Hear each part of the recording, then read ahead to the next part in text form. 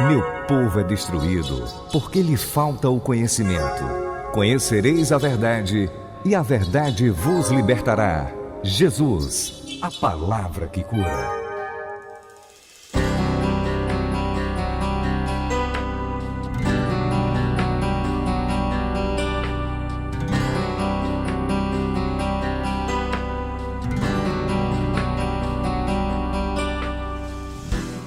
Graça e paz, amados, tudo bem com vocês?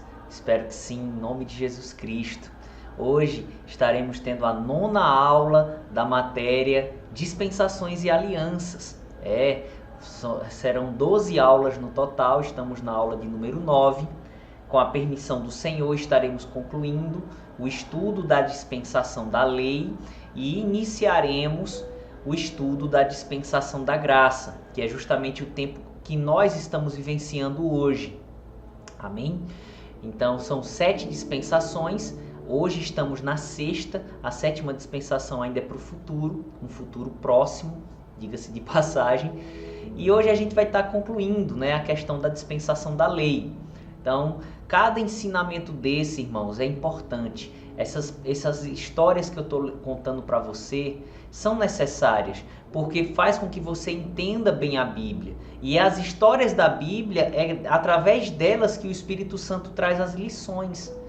Tanto a gente entende a época que nós fazemos parte, como também nós pegamos os princípios das dispensações anteriores, por entender essas histórias. Então é muito importante esse estudo que nós estamos fazendo. Além disso, quando se estuda sobre as profecias do tempo do fim, a escatologia, que vai ser a penúltima matéria do curso, para que você entenda bem o que vai acontecer no tempo do fim, é necessário que você entenda essa matéria de dispensações e alianças. Então não desanima, persevera. Se você não tirou uma nota muito boa na primeira prova, se dedica para tirar uma nota boa na segunda prova que você vai fazer, somando os resultados, dividindo por 2, vai ser a nota que você vai ter, no final, a nota da matéria. Então se dedica, atenta para cada palavra recebida, estuda essa apostila, estuda as referências bíblicas, tá certo?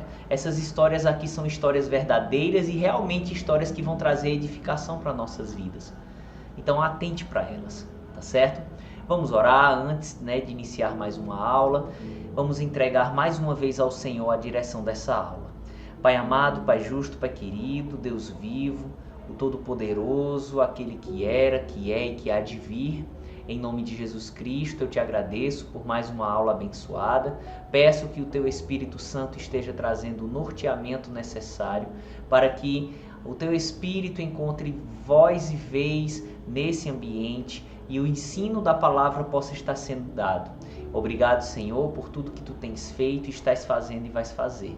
Obrigado pela vida do apóstolo Décio Lira e de sua família. Continue dando a ele sabedoria, a sua família, também a minha pessoa como pastor dessa igreja, a minha família, a todos os professores e professoras do curso bíblico, a todos os obreiros que estão fazendo esse curso acontecer, pela vida do nosso querido Renato, nos auxiliando aqui na parte técnica, nas edições das aulas. Continua dando sabedoria a ele também. E a todos aqueles que estão engajados também na obra do Senhor na Igreja Palavra que Cura. Obrigado por cada vida que tem se disponibilizado a fazer essa obra acontecer e alcançar vidas. Obrigado por cada pessoa que está fazendo esse curso, Senhor. Não só aqueles que congregam conosco, mas aqueles que congregam em outros ministérios, que são daqui de Caruaru ou de outras cidades, que o Senhor possa estar dando sabedoria a eles, aos seus respectivos líderes, e que consigamos cada dia mais fazer a Tua obra com excelência, alcançar cada vez mais vidas para a honra e a glória do Senhor.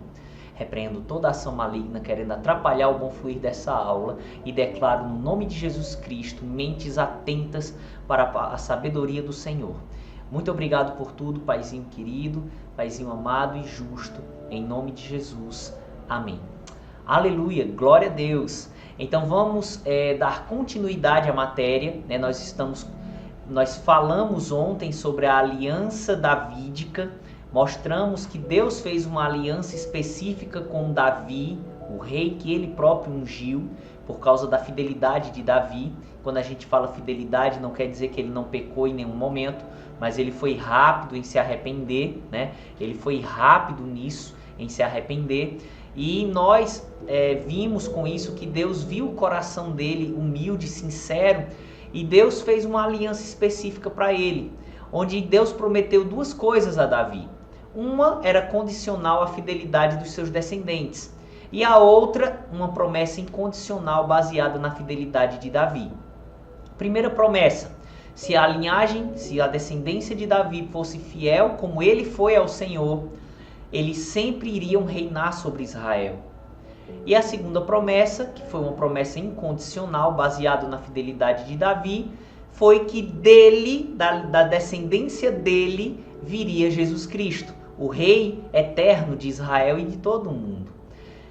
Vimos que os filhos de Davi, os descendentes de Davi, melhor dizendo, eles não foram fiéis como Davi ao Senhor. E por isso eles foram perdendo o reino de Israel.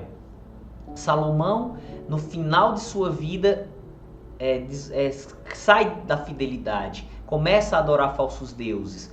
E isso faz com que no reino do filho dele, de Roboão, as 12 tribos de Israel fossem divididas em 2 reinos. O reino do norte, ou reino de Israel, formado por 10 tribos. O reino do sul, formado pelas tribos de Benjamim e Judá. Esse reino do sul foi que ficou com a descendência de Davi, o reinado. Já sobre as 10 tribos, outros israelitas de outras tribos reinaram. E, pela infidelidade da maior parte dos descendentes de Davi, chegou uma hora que, quando a Babilônia veio, tomou o reino do sul deles, eles deixaram de reinar sobre Israel. Ok? Mas a promessa incondicional, sim, há de se cumprir. Jesus já veio, morreu na cruz e virá uma segunda vez para estabelecer um reino físico sobre a terra.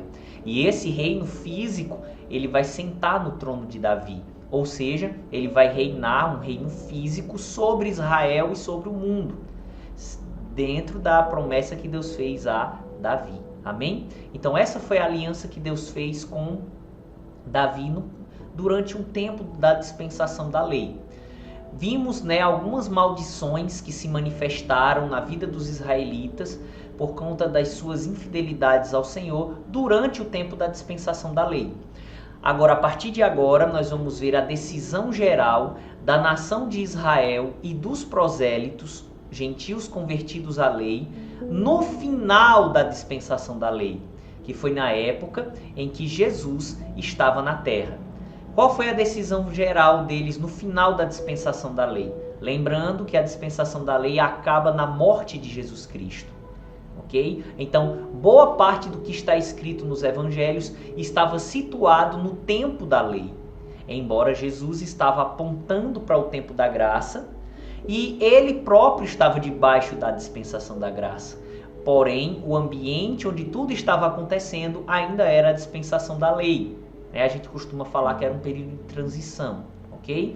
Então, no final da dispensação da lei, na época em que Jesus estava na terra, qual foi a decisão geral da nação de Israel e dos prosélitos, gentios convertidos à lei? Infidelidade da maior parte da nação, infelizmente, Infidelidade da maior parte da nação, que rejeitou a Jesus como rei, Messias e rei prometido, Então, eles rejeitaram, o povo rejeitou Jesus e também os líderes de Israel rejeitaram Jesus. Havia uma ordenança da lei que quando o profeta semelhante a Moisés viesse, que é Jesus Cristo, a nação de Israel, representada pelos seus líderes, deveria recebê-lo como rei. Mas infelizmente isso não aconteceu com a maioria dos judeus. A maioria dos líderes e a maioria da população judaica rejeitou Jesus como seu Messias. E até hoje eles rejeitam. Até hoje os judeus, ortodoxos, aqueles que são religiosos, eles não creem que Jesus é o Messias. Ainda hoje. Então houve uma rejeição. Mateus capítulo 27, do versículo 15 ao 25, ele fala do povo rejeitando Jesus, escolhendo Barrabás né? Pôncio Pilatos diz, olha, aqui está o vosso rei. E o povo, não, ele não é o nosso rei, César é o nosso rei. Então eles rejeitam Cristo. E ainda diz que o sangue, porque Pilatos sabia que Jesus era inocente, não era digno de morte. E Pilatos diz, olha, eu lavo as minhas mãos perante o sangue desse homem. Ou seja, eu tiro minha responsabilidade da morte dele. E o povo e muitos judeus naquela hora disseram que o sangue dele caia sobre nós e sobre os nossos filhos. Então eles próprios decretaram sua sentença. Eles próprios disseram, olha, nós nos responsabilizamos pela morte de Jesus. Nós o rejeitamos. Em João capítulo 1, versículo 11, diz que Jesus veio para o que era seu, os judeus, mas os seus não o receberam. Então, não quer dizer que não teve judeus que se converteram. Teve, mas a maioria, a grande maioria, rejeitou Jesus Cristo. Tanto do povo como dos líderes, né? Esse texto aí de Mateus 12, do 22 ao 24, a gente vê Jesus libertando um jovem de uma enfermidade séria. E algumas pessoas, as pessoas que estavam ali próximas disseram, será que ele não é o filho de Davi? Ou seja, será que ele não é o Messias prometido? E aí os fariseus, que eram representantes dos líderes da nação, disseram que nada, ele expulsa demônios por Beelzebu, o príncipe dos demônios. Então veja, o nível de rejeição deles, a ponto de dizer que Jesus era servo do diabo. Veja que terrível. Em Mateus 21, do 33 ao 35, Jesus conta uma parábola onde ele fala de um lavrador que entrega a sua terra, um dono de uma vinha, melhor dizendo, que entrega a sua vinha para uns lavradores. Esse dono da vinha representa Deus, a vinha representa Israel e os lavradores, os líderes da nação. E toda vez que o dono da vinha mandava os seus servos cobrar os frutos, pegar os frutos da vinha, que era justamente o símbolo dos profetas cobrando dos líderes de Israel, que eles conduzissem o povo a dar fruto, ou seja, a andar em obediência, esses lavradores maus matavam os servos, espancavam alguns, a ponto do Senhor enviar o filho dele. E os lavradores dizem, ali vem o filho do dono, vamos matar e tomar posse da vinha.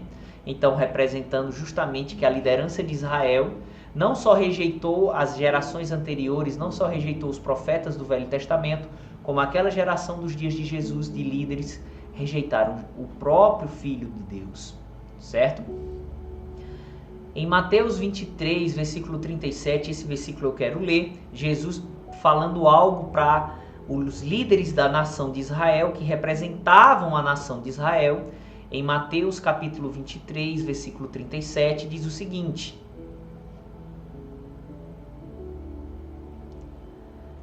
Mateus 23, versículo 37. Jerusalém, Jerusalém, que matas os profetas e apedrejas os que te são enviados. Quantas vezes quis eu ajuntar os teus filhos, como a galinha ajunta os seus pintos debaixo das asas, e tu não quisestes. Então, ele mostra aqui que Jerusalém quer dizer, é o nome da cidade, da capital. Então ele está falando para os líderes, representa os líderes. Eu quis ajuntar os teus filhos, ou seja, aqueles que estavam debaixo da liderança deles, mas eles não deixaram isso acontecer. Eles rejeitaram Jesus, infelizmente. É o que diz aí na apostila. Infidelidade da maior parte da nação, que rejeitou a Jesus como Messias e Rei prometido, juntamente com seus líderes, mesmo após tudo aquilo que Jesus fez em seu ministério terreno. Tudo que Jesus fez, irmão, foi mais do que o necessário para que o povo cresce que ele era o Messias. Mas por maldade, eles rejeitaram o Senhor dentro do seu livre-arbítrio. Porém, algumas centenas de judeus foram fiéis a Jesus, crendo que ele era o Messias. Ou seja, não foi todos os judeus que não creram em Jesus. Algumas centenas de judeus creram nele. Porém, em comparação com a quantidade de pessoas judias que existiam, foi uma proporção bem menor. Em João capítulo 1, do 41 ao 49, 1 Coríntios 15, do 3 ao 6, você vê alguns dos judeus que creram, que creram em Jesus Cristo. Então vamos lá, continuando. Consequências vindas após o fim dessa dispensação. Para os infiéis, vamos ver algumas consequências que vieram para eles. Destruição de Jerusalém e do templo. Matança de milhares de judeus e expulsão de outros milhares da sua terra. Isso foi dito por Jesus, profetizado pelo Senhor em Lucas capítulo 19, do versículo 41 ao 44, também capítulo 21, do versículo 20 ao 24, e Mateus capítulo 23, do 37 ao 38, quando ele diz no 38, eis que a vossa casa ficará deserta. Então ele estava dizendo justamente o quê? Que por causa da rejeição de Israel a Cristo, novamente eles iriam ser expulsos da sua terra, como foram nos dias da Babilônia. Passaram 70 anos na Babilônia e regressaram à sua terra. Eles novamente seriam expulsos da sua terra por causa da rejeição a Cristo. E novamente a cidade de Jerusalém seria destruída. E novamente o templo seria destruído. Porque nos dias da Babilônia, o templo que Salomão ergueu foi destruído por Nabucodonosor. Mas os judeus reconstruíram o templo.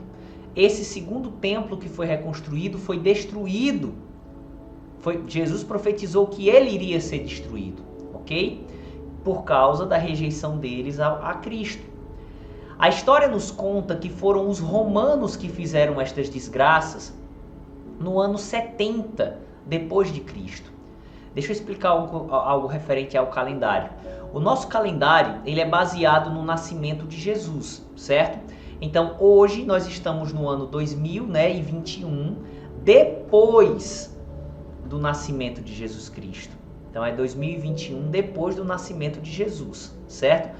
Então no ano 70 depois do nascimento de Jesus, os romanos vieram e destruíram a cidade de Jerusalém, como também destruíram o templo. Isso também foi profetizado bem antes de Jesus, em Daniel capítulo 9, versículo 26, que fala lá que o povo do príncipe que virá destruiria a cidade. Aí tem uma explicação aí ao lado de Daniel 9, verso 26. O povo do príncipe que virá, esse príncipe que virá é o anticristo. Neste versículo são os romanos. E a destruição citada é a que ocorreu em 70 depois de Cristo. Ou seja, os romanos destruíram Jerusalém. A história prova isso. Daniel fala que o povo do anticristo são os romanos. Então aqui já está uma dica de onde virá o anticristo, certo? De um império romano restaurado. Mas isso fica para depois. Agora a gente está mostrando, que houve uma consequência, porque os israelitas rejeitaram Jesus Cristo, e a consequência foi a destruição de Jerusalém e do templo, onde milhares de judeus foram mortos, milhares foram crucificados, a história relata isso, e os romanos expulsaram a maioria deles para os 4 cantos do mundo. Eles foram dispersos pelo mundo, certo? A história nos conta que foram os romanos que fizeram estas desgraças no ano 70 depois de Cristo. Daniel 9, 26, o povo do príncipe que virá, o anticristo, neste versículo, são os romanos, certo? E a destruição citada é a que ocorreu em 70 depois de Cristo. Em Lucas 23, do 26 ao 31, eu quero ler esse texto aqui. Esse texto é bem interessante, dentro desse contexto, do juízo que veio sobre os israelitas infiéis por terem rejeitado Jesus como Messias e Rei. Lucas capítulo 23, a partir do versículo 26, Jesus estava ali levando a cruz, estava no caminho onde ele iria ser crucificado, e quando o iam levando, tomaram um certo Simão Cirineu, que vinha do campo, e puseram-lhe a cruz às costas para que a levasse após Jesus. E seguia-o grande multidão de povo e de mulheres, as quais batiam nos peitos e o lamentavam. Jesus, porém, voltando-se para elas, disse: Filhas de Jerusalém, não choreis por mim, chorai antes por vós mesmas e por vossos filhos, porque eis que hão de vir dias em que dirão, bem-aventuradas as estéreis, e os ventres que não geraram, e os peitos que não amamentaram. Então começarão a dizer aos montes, caí sobre nós, e aos outeiros, cobre-nos, porque se ao madeiro verde fazem isto, que se fará ao seco? Então Jesus ele fala uma parábola, né? Ele fala que as mulheres não deviam estar chorando por ele, as mulheres israelitas, mas deveriam chorar por elas e por seus filhos, porque iria vir um tempo de grande calamidade. Aí ele diz, se fazem isso com o madeiro verde, o que vão fazer com o seco?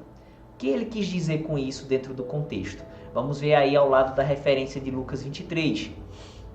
Nesta passagem de Lucas, Jesus disse que o povo romano que estava o maltratando, o madeiro verde, iria fazer coisa pior aos judeus, o madeiro seco. Então, isso ele estava dizendo, olha, se estão fazendo isso comigo, que sou o madeiro verde, ou seja, que sou aquele que estou dando fruto para Deus, imagina para o seco, para aqueles que não estão dando fruto. E de fato, se você for ver a história, os relatos históricos do que aconteceu no ano 70, o que os romanos fizeram foi coisas terríveis com a nação de Israel. Foi algo terrível, foi um juízo terrível que aconteceu. Continuando. Outra consequência que veio para a nação de Israel por ter rejeitado Cristo como Messias. Grande aflição da nação de Israel do ano 70 depois de Cristo até o final da ira de Deus. A ira de Deus vai ser o tempo de 7 anos que antecederá o reino milenar de Cristo, que a gente vai estudar mais na frente nessa matéria e de forma mais explicada na matéria escatologia. Então, o povo de Israel, eles sofrem desde o ano 70 até os dias de hoje, e vão sofrer muito mais no tempo da ira de Deus, nesses 7 anos de juízo divino que virá sobre o mundo, depois que a igreja for arrebatada, né, durante os 7 anos que antecedem o reino milenar de Jesus Cristo, certo? E isso está escrito em Oséias capítulo 5, do versículo 14 até o capítulo 6, versículo 2. Eu quero ler esse texto para você. Oséias, livro do profeta Oséias, capítulo 5, versículo 14. Diz assim, porque para Efraim é outro nome dado à nação de Israel, certo? Porque para Efraim serei como um leão, e como um leãozinho à casa de Judá. Eu o despedaçarei, e ir-me-ei embora. Arrebatarei, e não haverá quem livre. Então Deus está falando que vai derramar juízo sobre Israel. Por quê? Porque Israel rejeitou Cristo. Versículo 15. Irei e voltarei ao meu lugar. Jesus foi rejeitado por Israel, morreu, ressuscitou e voltou para o céu. Irei e voltarei ao meu lugar, até que se reconheçam culpados e busquem a minha face. Isso só vai acontecer no final dos 7 anos da ira de Deus. É quando a nação de Israel vai reconhecer que estão culpados e vão buscar a face do Senhor. Jesus disse isso em Mateus 23, 39, quando ele disse para a nação de Israel, não me vereis mais, até que digam, bendito é o que vem em nome do Senhor. Então, no fim dos 7 anos da ira de Deus, é que eles vão reconhecer a sua culpa, certo? Versículo 15, irei e voltarei ao meu lugar, até que se reconheçam culpados e busquem a minha face. Estando eles angustiados, de madrugada me buscarão. Capítulo 6, versículo 1 de Oséias. Vinde e tornemos ao Senhor, porque ele despedaçou e nos sarará, feriu e nos atará a ferida. Depois de 2 dias nos dará a vida. Ao 3º dia nos ressuscitará e viveremos diante dele. Aqui Esse 2 dias aqui se refere a um princípio espiritual que está lá em Pedro, que diz que para Deus um dia é como 1000 anos e 1000 anos é como um dia. Então para Deus um dia é como 1000 anos. Então quando ele fala depois de 2 dias nos dará vida, é depois de 2000 anos. É justamente o tempo que nós vivemos. Amém? 2000 anos de rejeição de Israel a Cristo. Então depois desses 2 milênios, o Senhor dará vida a Israel. Por quê? Porque no final dos 7 anos da ira de Deus, eles vão se converter.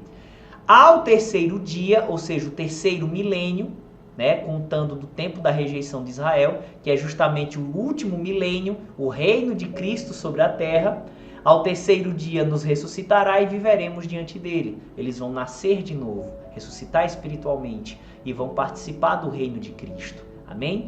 Então, aqui a gente vê a rejeição de Israel, né? Em Jeremias capítulo 30, do verso 4 ao 7, eu quero ler também essa passagem. Jeremias capítulo 30, melhor dizendo, né? Do versículo 4 ao 7. Vamos ver aqui. Aleluia, glória a Deus.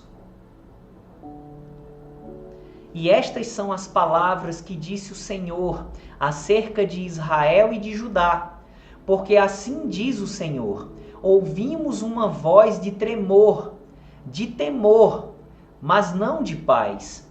Perguntai, pois, e vede se um homem pode dar à luz. Por que, pois, vejo a cada homem com as mãos sobre os lombos, como aqui está dando à luz?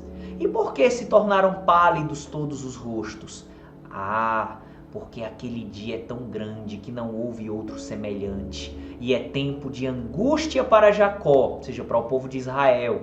Ele, porém, será salvo dela. Ou seja, ele está falando do tempo da ira de Deus, que vai ser um tempo de angústia para Jacó. Vai ser tão terrível que os homens vão ficar com as mãos nos lombos e pálidos, como se fosse uma mulher para dar à luz. A angústia, a aflição vai ser tão grande. Mas no final desses 7 anos, muitos israelitas vão se render a Cristo. Amém? Então eles estão sofrendo, eles estão debaixo de um juízo. Eles são o povo de Deus, mas estão debaixo do juízo divino, porque rejeitaram o Messias. Ok? Então essas são consequências que vieram e virão ainda para os israelitas infiéis. Agora, aqueles que foram fiéis na época de Cristo, os que creram em Jesus Cristo, para os fiéis, eles receberam uma nova dispensação e uma nova aliança. Aleluia! Efésios 3, versículo 2, fala da dispensação da graça de Deus, que foi entregue para aqueles judeus, inicialmente para aqueles judeus que creram em Jesus. Né? Em Hebreus 8, versículo 6 e 2 Coríntios capítulo 3, versículo 6, fala da nova aliança que o Senhor firmou, ok? Então, os judeus fiéis a Cristo e os gentios também que creram em Jesus no início, né, da dispensação da graça, eles receberam a dispensação da graça. Para eles foi confiada uma nova aliança. E eles se tornaram membros da nação espiritual chamada igreja. Então, a partir da ressurreição de Jesus, passa a existir um terceiro povo diante de Deus, né? Antes haviam 2 povos, judeus e gentios, mas após a ressurreição de Cristo, aqueles que foram fiéis ao Senhor se tornaram um terceiro povo, um povo espiritual, uma nação espiritual, chamada igreja. Por isso que em 1 Coríntios capítulo 10, versículo 32, Paulo lá fala de 3 povos. Ele diz, não causem escândalo, nem para os judeus, nem para os gentios e nem para a igreja de Deus. Então ele ali inclui a igreja, certo? O terceiro povo. Efésios capítulo 1, do 22 ao 23, fala que a igreja é o corpo de Cristo. Mateus capítulo 16, do 13 ao 19, Jesus disse que aquele que tivesse a revelação que Pedro teve, de que Jesus é o Cristo, o Filho do Deus vivo, ele iria edificar a igreja, iria se tornar igreja. Está escrito em Mateus 16, do 13 ao 19.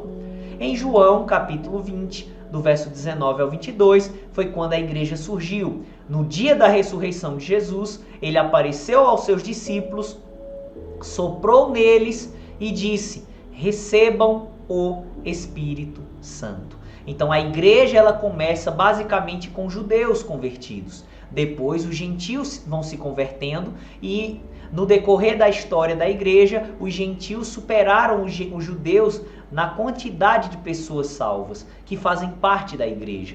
Mas a igreja ela é formada de pessoas salvas dentre judeus e gentios nesse tempo da dispensação da graça, ok?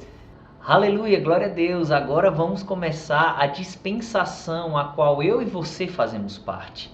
A dispensação da graça, que é a sexta dispensação, chamada graça, era da igreja ou dispensação do mistério. E a gente já vai explicar por que tem, esse nome, era da igreja, dispensação do mistério. O nome principal é dispensação da graça, mas também pode ser chamado de era da igreja e dispensação do mistério. Por quê? Porque a gente vai estar explicando já. Guarda aí. Então aí tem uma foto, só um desenho ilustrativo, de Jesus saindo do túmulo ressuscitado dos mortos. Claro que Jesus não era assim, vai ser só uma imagem ilustrativa, tá certo? Dele saindo do túmulo ressuscitado dos mortos, pois foi na ressurreição dele que ele estabeleceu a dispensação da graça. Duração da dispensação da graça. Do surgimento da igreja, que está registrado em João capítulo 20, do 19 ao 22, até o arrebatamento dela, 1 Tessalonicenses 4, do 13 ao 17. Ou seja, a dispensação da graça ainda não acabou, Ela tem quase 2000 anos de existência. Amém? Então a dispensação da graça ainda não acabou. Ela iniciou com o surgimento da igreja, que você vai ver que igreja não é o prédio, não é um templo. São pessoas salvas dentro desse tempo específico. Então, do surgimento da igreja até o arrebatamento dela, será o tempo da dispensação da graça. Amém, queridos? Aleluia! Glória a Deus! Resumo histórico para entendermos a dispensação da graça. Como foi profetizado nas gerações passadas, o Senhor Jesus veio à terra como homem, sofreu, morreu espiritualmente e fisicamente na cruz e ressuscitou espiritualmente e fisicamente no terceiro dia, para libertar tanto judeus como gentios de toda maldição. Amém? E aí tem todas as passagens, Essa passagem de Filipenses 2 fala da vinda de Jesus como homem, ok? Que ele veio como homem, esvaziou-se de sua glória para morrer na cruz para nos salvar. Em Isaías capítulo 52, versículo 13, até o capítulo 53, versículo 12, você vai ver lá a profecia de Jesus, sofrendo, sendo crucificado, morrendo, ressuscitando. Em Lucas 22, do 63 ao 65, você vai ver lá Jesus sendo preso, sofrendo. Capítulo 23, versículo 33 e 46, a sua morte. 1 Coríntios 15, do 3 ao 4, fala que ele morreu, foi sepultado e ressuscitou ao terceiro dia.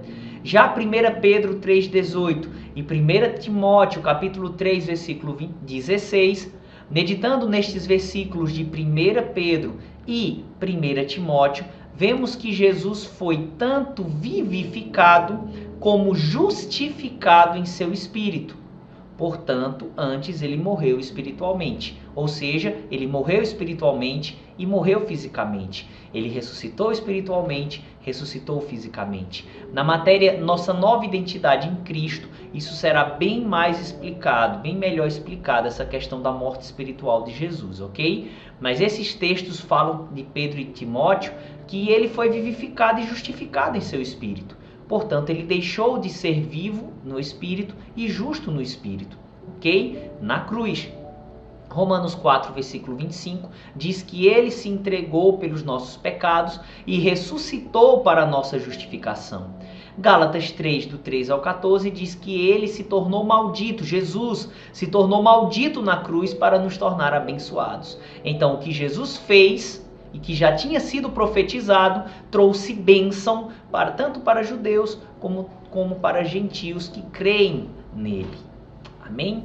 Então vamos lá. Após Israel como nação ter rejeitado a Jesus, Deus criou um terceiro povo, uma nação espiritual chamada Igreja, que é formada de pessoas dentre os judeus e gentios que aceitam a obra redentora, ou seja, a obra salvadora de Cristo, e seu senhorio, ou seja, o seu domínio, nascendo de novo durante o tempo da dispensação da graça, certo? Então, a palavra igreja, ela vem da palavra grega eclésia, e essa palavra eclésia, que foi traduzido por igreja, a tradução literal da palavra grega eclésia é os chamados para fora, ok? Os chamados para fora. Como assim? Para fora dos judeus, para fora dos gentios, para formar um novo homem, a igreja, um terceiro povo. Paulo explica isso em Efésios, eu quero ler, Efésios capítulo 2, do versículo 11 até o versículo 16. Efésios capítulo 2, do verso 11 até o verso 16. Portanto, lembrai-vos, né? Paulo está falando para irmãos que fisicamente eram gentios, né? Então ele está falando para um povo que fisicamente era gentio antes da conversão, não eram judeus. E Paulo diz a eles, os efésios: portanto, lembrai-vos de que vós, noutro tempo, éreis gentios na carne, e chamados incircuncisão, pelos que na carne se chamam circuncisão, feita pela mão dos homens, que naquele tempo estáveis sem Cristo, separados da comunidade de Israel e estranhos às alianças da promessa, não tendo esperança e sem Deus no mundo. Mas agora, em Cristo Jesus, vós que antes estáveis longe, já pelo sangue de Cristo chegastes perto, porque ele, Jesus, é a nossa paz, o qual de ambos os povos fez um. Que ambos os povos? Judeus e gentios. Ele fez um povo só, que é a igreja.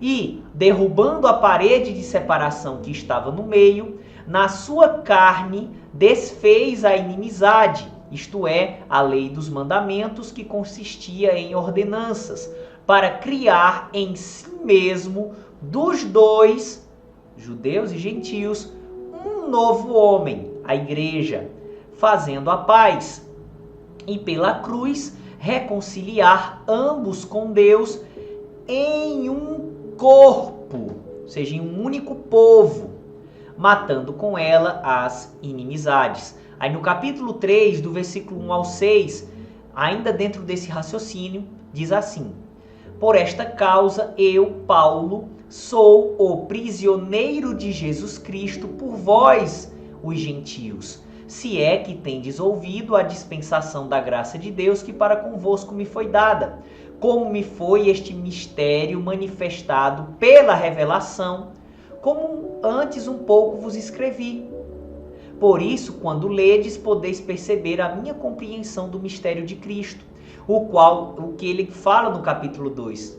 Era um mistério no Velho Testamento. A igreja era um mistério no Velho Testamento. Por isso, quando ledes, podeis perceber a minha compreensão do mistério de Cristo, o qual, noutros séculos, não foi manifestado aos filhos dos homens, como agora tem sido revelado pelo Espírito Santo, aos seus santos apóstolos e profetas, a saber que os gentios são co-herdeiros de um mesmo corpo e participantes da promessa em Cristo pelo Evangelho. Então, a igreja é formada de judeus e gentios num só corpo, num só povo.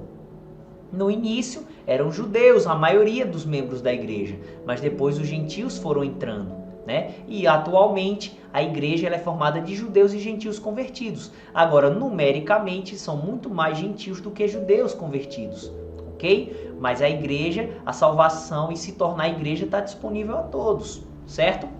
Em João 11, versos 51 e 52, depois você lê essa referência, com a base que eu trouxe dos textos de Efésios, vai ficar mais fácil de você entender os dois versículos, né? João 11, versículos 51 e 52. E vamos aqui à explicação. O reunir em um corpo os filhos de Deus, citado nesta passagem, significa que Jesus iria unir todos os salvos dentre os judeus e os gentios em um único povo, que é a igreja. Amém? Observação. Pelo fato de os membros da igreja ser os nascidos de novo do período da dispensação da graça, essa dispensação também pode ser chamada de era da igreja, certo? Então, os judeus que rejeitaram Cristo foram julgados, né? Juízos terríveis. Os judeus que creram passaram a ser membros da igreja, que é formada de judeus e gentios convertidos a Cristo durante esse tempo. Como a dispensação da graça é o tempo da igreja na terra, por isso nós podemos chamar essa dispensação também de era da igreja, certo? A salvação conquistada por Jesus na cruz para judeus e gentios foi profetizada no Velho Testamento, como por exemplo, Isaías 49, versículo 6 e versículo 22, Isaías capítulo 11, versículos 11 e 12, entre outras profecias. Porém, o surgimento da nação espiritual chamada igreja, que quer dizer salvos dentre os judeus e gentios formando um novo povo, e a sua dispensação era um mistério no Velho Testamento. Então, o que era mistério no Velho Testamento? Que Jesus iria trazer salvação para os gentios? Não. O Velho Testamento está cheio de profecias que falam sobre isso. Que Jesus não iria salvar apenas os judeus, mas iria salvar também os gentios. Isso não era nenhuma novidade para quem estudava as profecias bíblicas. Agora, o que foi que trouxe? Qual era o mistério que estava oculto? A igreja, ou seja, não a salvação dos judeus e gentios, mas um tempo na história onde os judeus e gentios salvos pela fé em Cristo iriam espiritualmente se tornar igreja. Ou seja, que Deus não iria vê-los como judeu e gentio, mas iria vê-los como um outro povo chamado igreja. E isso era um mistério nas profecias do Velho Testamento. Por isso que Paulo fala que o que ele explicou, né, no capítulo 2, ele fala no capítulo 3. O Espírito me revelou um mistério que estava oculto em tempos passados. Justamente isso. E ele fala a mesma coisa aos Colossenses, no capítulo 1 e os versículos 26 e 27. Eu quero ler aqui. Colossenses, capítulo 1, versículos 26 e 27.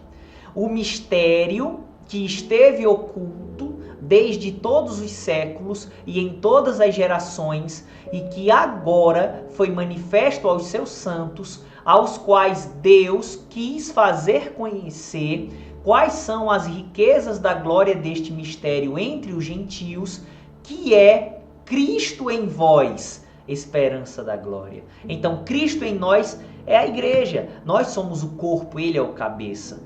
Judeus e gentios convertidos formando um povo, o corpo de Cristo, a igreja. Isso era um mistério. Salvação não era mistério. Você vai entender isso mais na frente, porque eu estou explicando isso, certo? Guarde essas informações que lá na frente, ainda nessa matéria, você vai entender melhor essa questão. Mas o mistério não era que os judeus e os gentios seriam salvos por Jesus. Não.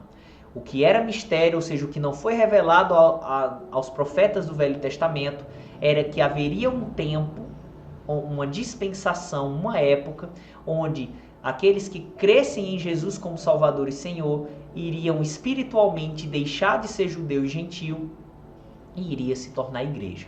Ok? Então eu quero ler de novo essa parte.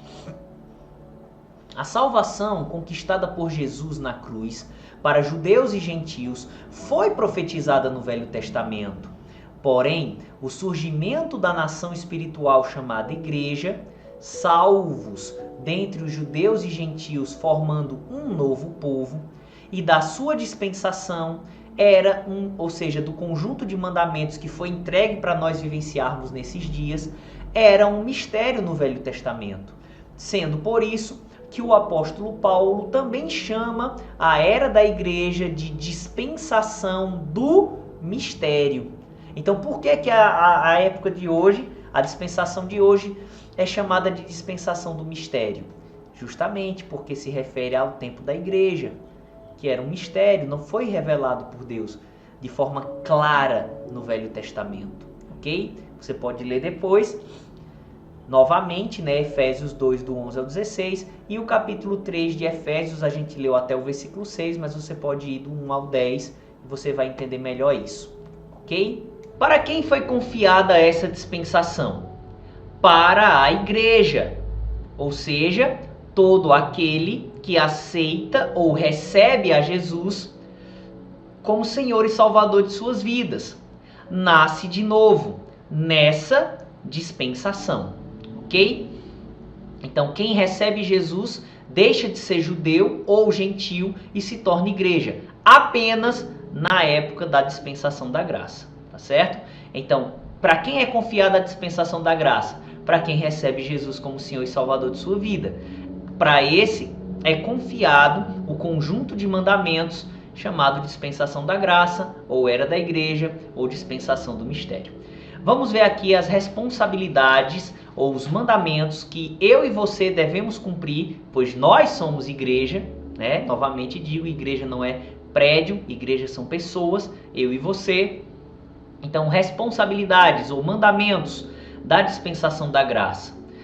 Ter uma vida consagrada ao Senhor, em relacionamento com Ele, que é praticar considerando, atentando e valorizando os princípios que aprendemos na matéria, os princípios que nos levam a andar como Jesus Cristo. Ou seja, congregar, ler a palavra, ouvir a palavra, meditar na palavra, falar alinhado à palavra, orar em línguas, orar com entendimento, interceder, louvar, adorar e agradecer ao Senhor e jejuar. Então isso é o primeiro, se eu posso dizer, a primeira responsabilidade nossa na dispensação da graça. Porque é por meio dessa consagração a Deus que Ele vai tratando conosco e a nossa mente vai compreendendo quem somos, o que temos e o que podemos em Cristo. E assim vamos conseguindo praticar os outros mandamentos, ok?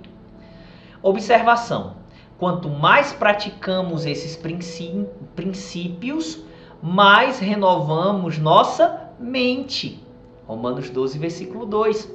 Pois vamos recebendo aos poucos, ou seja, cada dia mais, progressivamente, vamos recebendo aos poucos entendimento da palavra pelo Espírito Santo. João 14, 26 e 1 Coríntios 2, 12 fala que o Espírito Santo está em nós para nos ensinar as coisas do Senhor. Nós vamos recebendo o entendimento da palavra pela vida consagrada. O Espírito Santo vai tratando conosco e a nossa mente vai sendo renovada. Sendo por isso que vamos sendo capacitados por Ele para cumprirmos cada vez mais as outras responsabilidades da dispensação da graça. João 8, verso 31 e 32, Jesus disse, aos discípulos que estavam crendo nele, aos judeus que estavam crendo nele: se permanecerdes no meu ensino, verdadeiramente sereis meus discípulos. Então conhecereis a verdade e a verdade vos libertará. Ao lado aí da referência de João 8 diz: a palavra grega traduzida por conhecereis neste versículo de João é melhor traduzida por entendereis. Então é esse entendimento que o Espírito Santo traz, que é a ajuda do Senhor para praticarmos os mandamentos. Na nossa sabedoria e na nossa força, nós não conseguimos praticar os mandamentos da dispensação da graça. Mas a ajuda do Senhor, por estarmos nos consagrando a Ele, faz com que chegue a força, né? Faz com que Ele nos fortaleça, né? Em Judas, só tem um capítulo, eu brinco que Judas não gostava muito de escreveu uma cartinha curta, mas é só brincadeira, tá bom?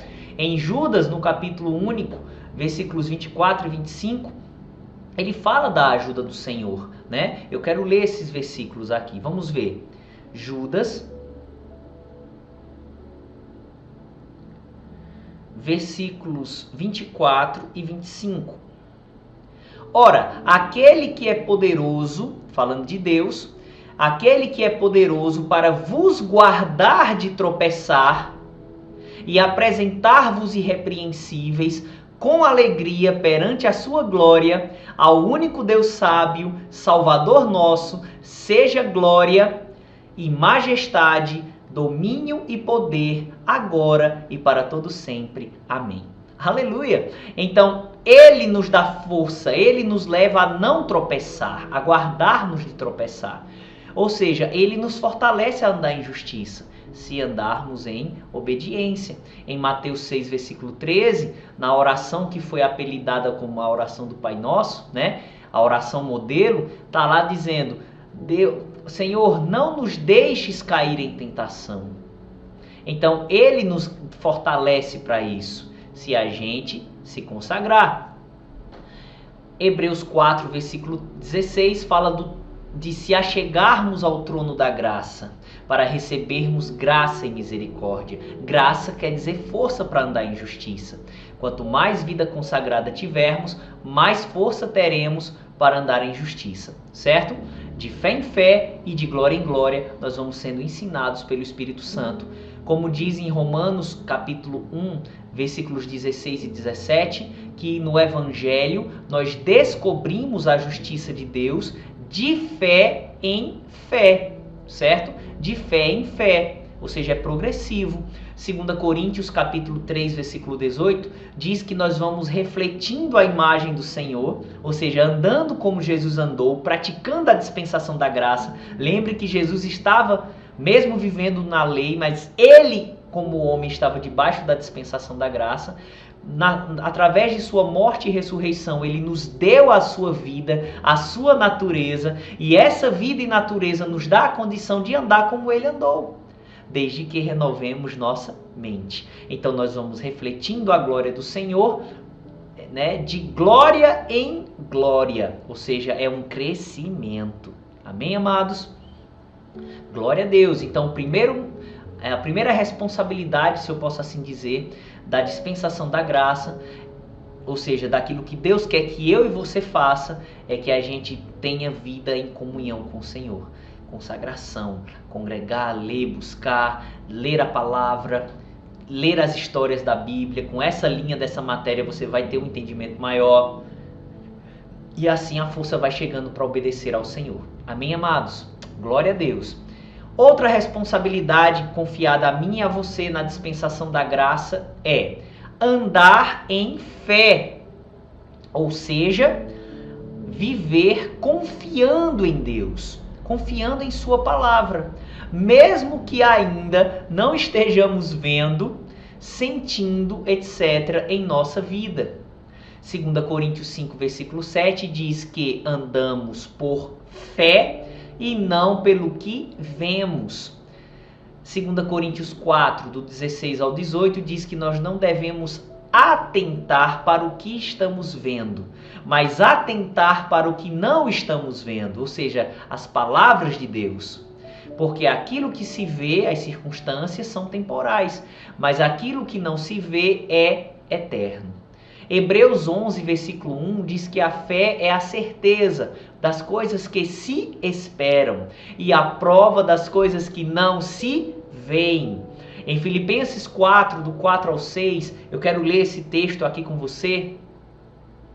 Filipenses capítulo 4, do versículo 4 ao 6, diz o seguinte: regozijai-vos, que quer dizer alegrai-vos sempre, não é de vez em quando, é sempre. Regozijai-vos, alegrai-vos, sempre no Senhor. Outra vez digo, alegrai-vos ou regozijai-vos. Seja a vossa equidade ou tem outra palavra porque fugiu agora. Moderação, isso, outra tradução diz moderação, que quer dizer equilíbrio, ok? Seja a vossa equidade ou o vosso equilíbrio notório a todos os homens. Perto está o Senhor. Não estejais inquietos ou não andeis ansiosos por coisa alguma. Antes, as vossas petições sejam em tudo conhecidas diante de Deus, pela oração e súplica com ação de graças. Então, nós andar em fé é isso. É quando vir a circunstância a gente lançar ao Senhor e não ficar mais meditando nelas. Pede a ajuda do Senhor e confia na ação dele. Isso sim é confiar em Deus e é uma responsabilidade dada a nós na dispensação da graça. Andar em fé, ou seja, viver confiando em Deus, em sua palavra, não atentando para as coisas contrárias, mas focando naquilo que o Senhor diz. Ao lado da referência de Filipenses 4, do versículo 4 até o versículo 6, diz o seguinte: essa passagem de Filipenses mostra que devemos nos alegrar sempre no Senhor e não andar ansiosos por coisa alguma. Isto é andar em fé. Aleluia!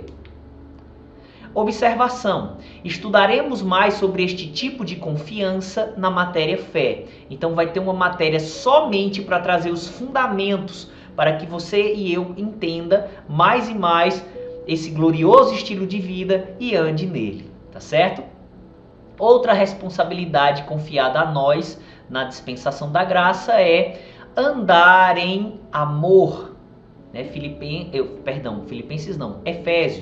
Efésios capítulo 5, versículo 2, diz o seguinte: e andai em amor, como também Cristo vos amou e se entregou a si mesmo por nós, em oferta e sacrifício a Deus, em cheiro suave. Então devemos amar a Deus como Cristo amou, andar como ele andou. Andar em amor. E o que é andar em amor? Dar o fruto do Espírito, que está escrito em Gálatas 5, 22 e 23. Vamos ver. Gálatas 5, versículos 22 e 23. Mas o fruto do Espírito é amor, alegria, paz, longanimidade, benignidade, bondade, fidelidade, mansidão, domínio próprio ou temperança. Contra estas coisas não há lei. Então, ele mostra aqui, o fruto do Espírito, manifestar essas virtudes. Então, andar em amor é isso. Andar em amor é dar o fruto do Espírito, ou seja, praticar o amor de Deus, que é o amor incondicional às atitudes dos outros. Ou seja, é manifestar paz, alegria, paciência, bondade, independentemente da ação do outro. É não basear a minha atitude na atitude do outro. Isso é amar com o amor de Deus, pois o amor de Deus é incondicional. Por isso que Jesus Cristo disse em Mateus capítulo 5, está escrito, está registrado o que Jesus disse, está registrado em Mateus capítulo 5, do versículo 43 ao 47. Jesus falando sobre a lei, mostrando que ele trouxe uma mudança na dispensação da graça. Aí ele diz no 43, ouvistes o que foi dito, amarás o teu próximo e odiarás o teu inimigo. Eu, porém, vos digo, amai a vossos inimigos. Hoje na graça nós podemos. Hoje nós podemos amar incondicionalmente. Não amar só quem nos ama, mas amar até quem não nos ama. É o que ele diz aqui, olha, no 44. Eu, porém, vos digo, amai a vossos inimigos, bendizei os que vos maldizem, fazei bem aos que vos odeiam, orai pelos que vos maltratam e vos perseguem, para que sejais filhos do vosso Pai que está nos céus. Porque faz que o seu sol se levante, falando de Deus, né? Porque faz que o seu sol se levante sobre maus e bons, e a chuva desça sobre justos e injustos. Pois, se amardes os que vos amam, que galardão ou que recompensa tereis? Não fazem os publicanos também o mesmo?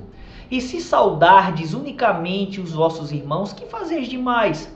Não fazem os publicanos também assim? Sede vós, pois, perfeitos, como um perfeito é o vosso Pai que está nos céus. Então está disponível isso acontecer nas nossas vidas. Está disponível andarmos assim. Verdadeiramente está disponível andarmos assim. Amém, queridos? Está de fato disponível. Jesus também fala sobre esse amor incondicional em Lucas capítulo 6, do versículo 27 ao 35. E Paulo, ótimo aluno de Jesus e inspirado pelo Espírito, também fala sobre esse amor incondicional em Romanos capítulo 12, do versículo 17 até o versículo 21. Aí você pode dizer, mas pastor, é muito difícil isso. Na nossa força é verdade, mas com a ajuda do Senhor, renovando a mente, entendendo quem somos, o que temos e o que podemos em Cristo, por uma vida consagrada, nós vamos conseguir cada dia mais fazer isso, ok? Então, andar em amor é dar o fruto do Espírito, ou seja, praticar o amor de Deus, o amor incondicional às atitudes dos outros. Amar também é cumprir com a intenção certa, preste atenção, andar em amor também é cumprir com a intenção certa as ordenanças escritas no Novo Testamento. 1 João 5, versículos 2 e 3. Ele fala que amar é praticar a palavra, é praticar os mandamentos. Então vamos ver aqui. 1 João, primeira carta de João, não o evangelho escrito por João, mas a primeira carta escrita por João, capítulo 5, versículos 2 e 3, que diz assim: Nisto conhecemos que amamos os filhos de Deus, quando amamos a Deus e guardamos os seus mandamentos, porque este é o amor de Deus, que guardemos os seus mandamentos.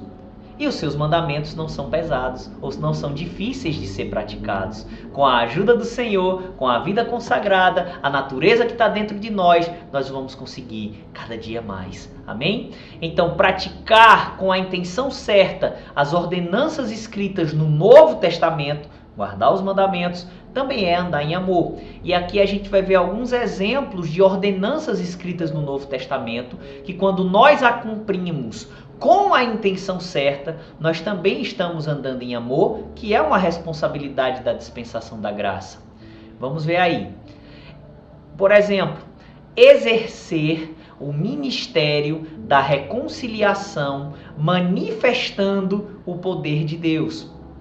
2 Coríntios, capítulo 5, do 18 ao 20, fala do ministério da reconciliação, ou seja, da responsabilidade que Deus confiou a mim e a você de pregar o evangelho, de evangelizar, de falar do amor de Deus para as pessoas. Foi nos confiada essa responsabilidade. E não só pregar a salvação para os perdidos, mas também manifestar o poder de Deus para abençoá-los. Marcos 16, do 15 ao 18. Então, quando a gente crê que Deus pode nos usar e a gente ajuda as pessoas, leva o evangelho para elas, Deus vai nos usar no poder. Isso é andar em amor, porque isso é uma ordenança do Novo Testamento que a gente está fazendo com a intenção certa. Outro exemplo, honrar as autoridades. Romanos 13, versículo 1 e 2 fala sobre isso. Então, quando nós honramos autoridades, líderes, nós também estamos andando em amor. Outro exemplo, praticar a ceia do Senhor. É uma ordenança do Senhor celebrarmos a ceia. 1 Coríntios 11, do verso 23 ao 26.